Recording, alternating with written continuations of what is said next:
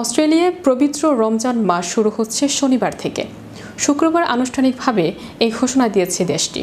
Australia জানিয়েছে 28 ফেব্রুয়ারি দেশটিতে শাবান মাস শেষ হয়েছে, ফলে কাল থেকে শুরু হবে পবিত্র ও মহিমান্বিত মাস রমজান। ঘোষণাটি দিয়েছে অস্ট্রেলিয়ার গ্র্যান্ড মুফতি ডক্টর ইব্রাহিম আবু মোহাম্মদ। ভৌগোলিক অবস্থান এবং টাইম জোনের কারণে চন্দ্রপঞ্জিকার হিসাব নিকাশ করে পৃথিবীর অন্যান্য দেশের আগে রমজান মাস শুরুর ঘোষণা দিতে পারে। গ্র্যান্ড মুফতি ডক্টর ইব্রাহিম আবু মোহাম্মদ ফাতুয়ার কাউন্সিলরের সঙ্গে আলোচনা করে জানিয়েছে, সিডনি শহরে রমজানের 4টি অস্ত যাবে সন্ধ্যা 7:44। এতে সূর্যাস্তের পরও সেখানে 4টি আকাশে 12 মিনিট পর্যন্ত দেখা যাবে। অপরদিকে পার্থ শহরে নতুন 4টি 7:08 অস্ত যাবে।